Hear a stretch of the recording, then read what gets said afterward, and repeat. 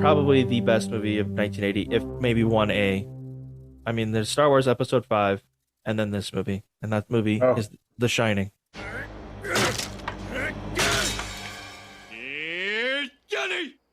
Don't. yeah, I knew that. I knew you were going to mention. That's got to Of be. course.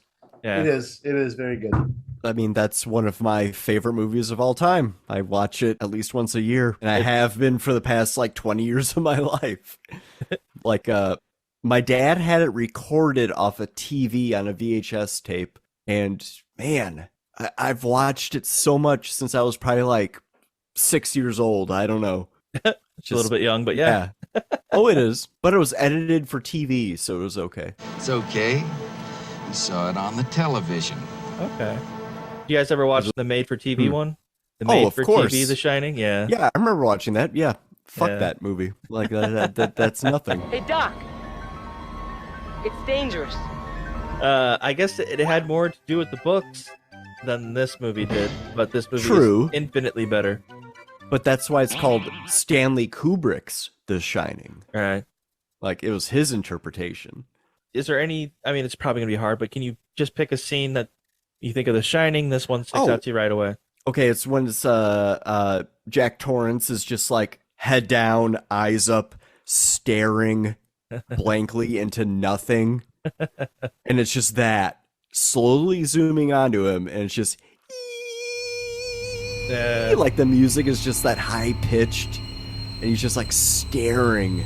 Is that when Wendy Fucking and terrifying. Danny are in the maze and he's like watching them? No, through- that's some other time. Okay. That's just him just having a day, just staring off into space.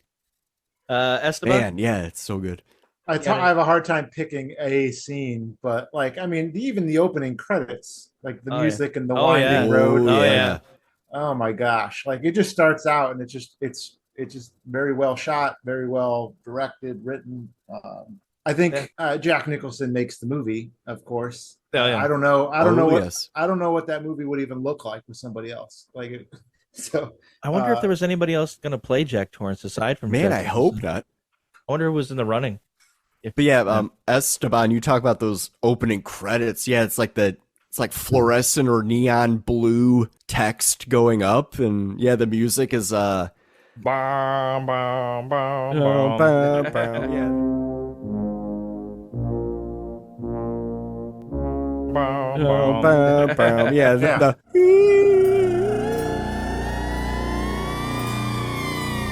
just like holy fucking shit. And I don't know like how to describe this either, but like as far as Stephen King film adaptations go, like this doesn't have like the monsters or the gore. I mean, there is a lot of blood in one scene. We all know what we're talking about, but like, Right. I don't know. It's scary, but it's like isolation is the real monster, Yes. Yep. right? That's what really is kind of cool about it. Yeah, it's like atmospheric and it's just dread. Like you just feel it like imposing on you as you watch this movie. It's one of my favorites. I love it.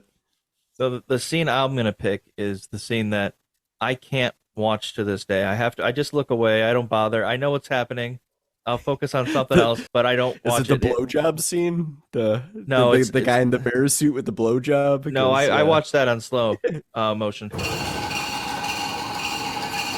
But no, the scene that I'm talking about is when Danny gets attacked and Wendy's like, Jack, someone's in the hotel, Jack, go to the room. No, Wendy, there ain't anybody there.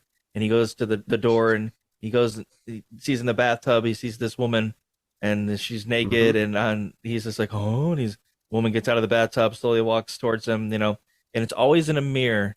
There's something to do with mirrors. When he looks in the mirror, he sees what the reality is. So like they do that throughout the movie, I think, or Stanley Kubrick does it. And he looks in the mirror and the woman's just rotten and moldy and old. And she looks and she's like that laugh Yep. is so freaking scary and terrifying.